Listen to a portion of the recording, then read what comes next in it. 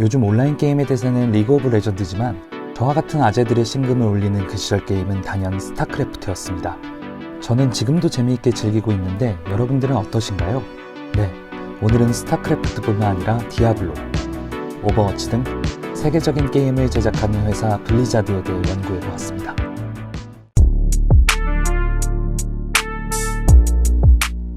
블리자드 엔터테인먼트는 액티비전 블리자드의 자회사로 미국의 게임 개발사이자 퍼블리셔입니다. 본사는 캘리포니아주 오렌지 카운티에 있습니다. 블리자드 엔터테인먼트는 1991년 UCLA 전기공학 전공 출신의 마이클 모하임, 앨런 에덤, 프랭크 피어스가 의기투합하여 탄생시킨 회사입니다. 최초 이름은 실리컨 앤 시냅스였습니다. 실리컨 앤 시냅스는 처음부터 게임을 제작하는 회사는 아니었습니다. 게임을 PC, 콘솔 플랫폼, 아미가, 슈퍼패미컴용으로 변환하고 수수료를 받는 일을 했는데요. 콘솔보다 PC에 집중하고 있던 상황에서 아미가가 PC 플랫폼 주류에서 밀려나며 덩달아 실리콘 앤 시냅스 역시 수익이 줄어들며 위기가 찾아옵니다. 당시 직원들 월급을 카드 돌려막기를 통해 지급했다고 하는데 지금 블리자드의 위상을 생각해보면 쉽게 상상이 안 되네요. 3년간의 보릿고개를 넘기고 1994년 교육용 소프트웨어 유통회사 데이비슨 앤 어소시에이츠에 인수되는데요. 이때 회사 이름을 케오스 스튜디오로 바꾸게 됩니다. 실리콘 앤 시냅스 이름의 실리콘의 의미가 마이크로칩에 사용되는 화학 원소가 아닌 가슴 확대 수술에 사용되는 보형물 재료로 대중들에게 오인되는 것이 그 이유였습니다.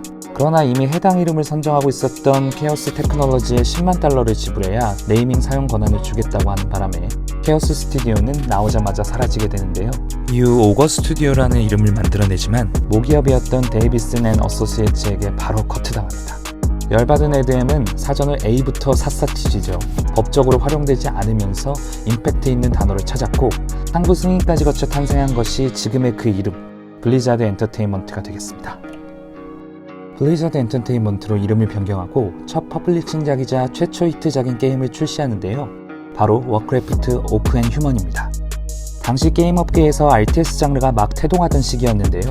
워크래프트는 듄2의 메커니즘을 참고해서 만들어졌다 보니 베낀 것이 아니냐는 비판도 있었으나 멀티플레이가 가능하다는 점, 특수 능력을 갖춘 특수 유닛이 있다는 점, 4개체 유닛을 한 부대로 묶을 수 있는 인터페이스를 제공한다는 점 등에서 독자적인 기술을 선보이며 호평을 받았죠.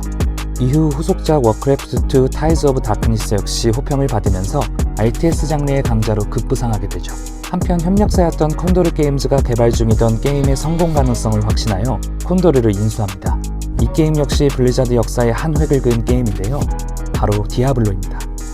당시 멀티플레이 서비스를 제공하는 배틀넷과 함께 출시되며 큰 인기를 끌게 됩니다. 다만 이 과정에서 회사 자체는 또 한 번 풍파를 겪게 됩니다. 1997년 블리자드의 모기업 데이비슨 앤 어소시에이츠가 CUC 인터내셔널에 인수되는데요.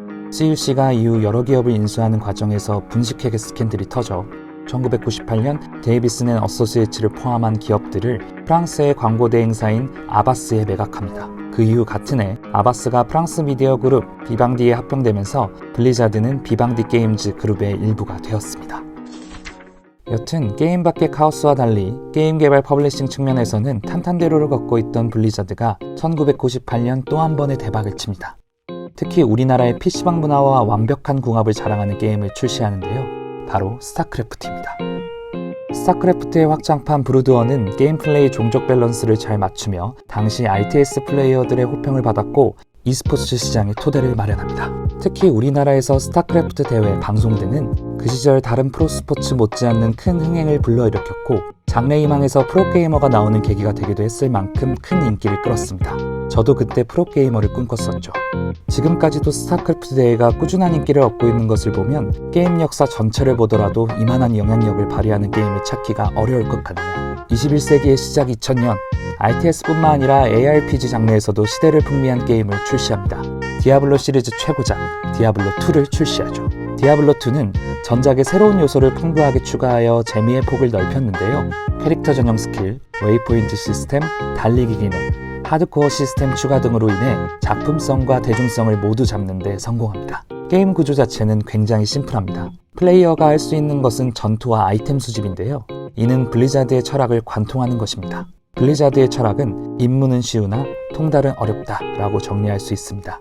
그래서 구조는 단순하지만 다양한 장비 아이템과 보조 소켓 아이템, 정답이 없는 스킬트리 등으로 색다른 플레이, 나만의 캐릭터를 끊임없이 만들 수 있다는 점에서 지금까지도 사랑을 받고 있죠.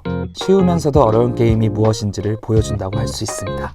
같은 해 워크래프트 3, 레인 오브 케이오스, 이듬해 확장팩인 프로즌 스론을 출시하며 매니아층도 사로잡는데요. 영웅 유닛과 레벨업, 아이템 시스템이 반영되어 있고 보다 소수의 유닛으로 세밀한 컨트롤을 요하는 특징이 있어 스타크래프트와 차별되는 독창적인 매력을 선사합니다.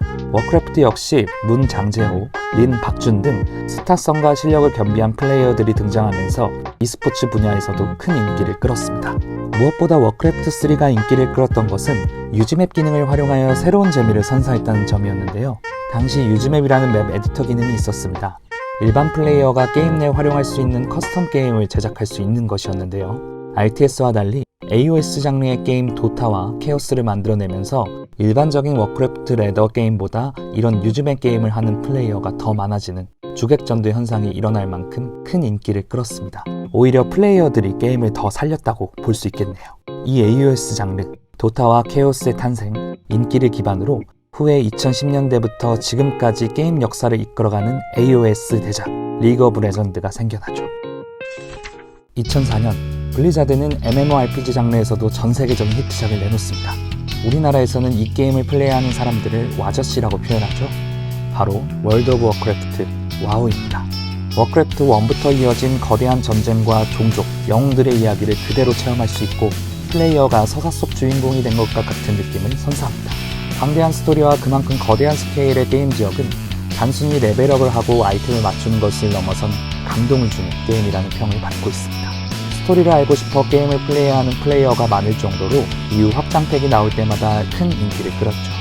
당시 어마어마한 인기를 부과하며 전세계 MMORPG 시장의 60% 이상을 점유했고 가입자만 보더라도 최고 1200만 명까지 기록할 만큼 대단했습니다.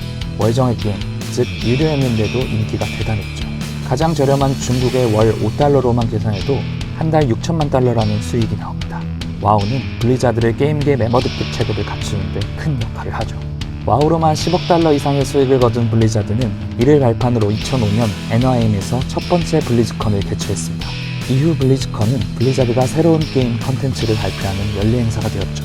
2015년에는 세계 게임 명예의 전당에 선정된 6개 게임 중 당당히 한 자리를 차지합니다. 이렇게 보면 2000년대 초반은 그야말로 블리자드의 시대였다고 해도 과언이 아닙니다. 2008년 블리자드는 액티비전과 비방드 게임즈의 합병으로 탄생한 액티비전 블리자드의 자회사가 됩니다. 액티비전 블리자드는 EA와 쌍벽을 이루게 되죠. 이후 2010년 스타크래프트2 윙스 오브 리버티, 2012년 디아블로 3를 출시하는데요. 전작이 워낙 뛰어났기 때문에 아쉽다는 평이 많았으나 이후 확장팩들이 호평을 받으며 나름 선방합니다. 특히 2014년 디아블로3 리퍼 오브 소울즈는 전 세계에 2천만 장 이상 판매되는 성과를 거두게 됩니다. 같은 해 블리자드는 또 다른 영역 CCG 장르의 게임을 출시해서 홈런을 치는데요. 바로 하스스톤입니다. 하스스톤은 와우의 기본 아이템인 귀환석을 뜻합니다. 귀환석을 쓰면 자신이 지정한 여관으로 귀환하게 되는데 이렇게 여관처럼 따뜻하고 안락한 느낌을 주는 게임을 만들어보자는 취지로 탄생했습니다. 처음에는 워크래프트 세계관에 기반한 카드와 모험 모드 위주로 발매되었으나 2016년부터 독자적인 세계관을 구축하며 2,500만 유저 달성 등 굵직한 성과를 남깁니다. 2016년 e스포츠 시장의 선두주자 리그 오브 레전드를 위협하는 게임을 출시하는데요. 바로 팀 기반의 멀티플레이 하이퍼 FPS 장르의 오버워치입니다. 쉬운 플레이를 지향하는 블리자드의 철학이 담겨 낮은 진입 장벽과 짧은 게임 플레이 시간이 장점입니다. FPS임에도 다양한 포지션이 존재하고 매력적인 캐릭터들과 캐릭터 고유 스킬 시스템이 재미를 배가시킵니다. 정신없이 화면이 돌아가기 때문에 멀미에 민감한 분들 제외하고 대부분의 플레이어들에게 호평을 받고 있습니다. 이렇게 초반의 재정난을 제외하고는 탄탄대로를 걷고 있던 블리자드의 최근 행보는 좋지 못한데요. 우선 최악의 행사라고 평가받는 블리즈컨 2018이 있죠. 디아블로의 차기작을 선보일 것이라고 기대한 많은 팬들을 저버리고 희대의 졸작 디아블로 임모탈을 소개합니다. 블리자드 핵심 유저들에게 관심받기였던 모바일 게임을 소개하면서 야유가 빗발쳤고 게임 역시 준수한 게임성을 자랑하지만 과금 문제 등 여러가지 단점이 노출되며 비판을 면치 못했습니다. 여기에 2021년 블리자드 직장 내 성희롱, 성추행 논란이 터지며 주요 임원들이 모두 조사를 받으면서 대부분의 게임 개발 및 패치 일정이 지연되는 등 심각한 상황으로 흘러가고 있습니다.